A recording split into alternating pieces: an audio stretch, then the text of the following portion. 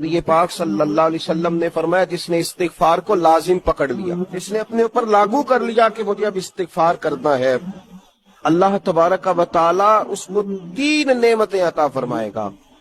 या रसूल अल्लाह सल्लल्लाहु अलैहि वसल्लम कौन सी? तो हुजूर ने फरमाया, अल्लाह हर फिक्र से कुशादगी पैदा कर देगा।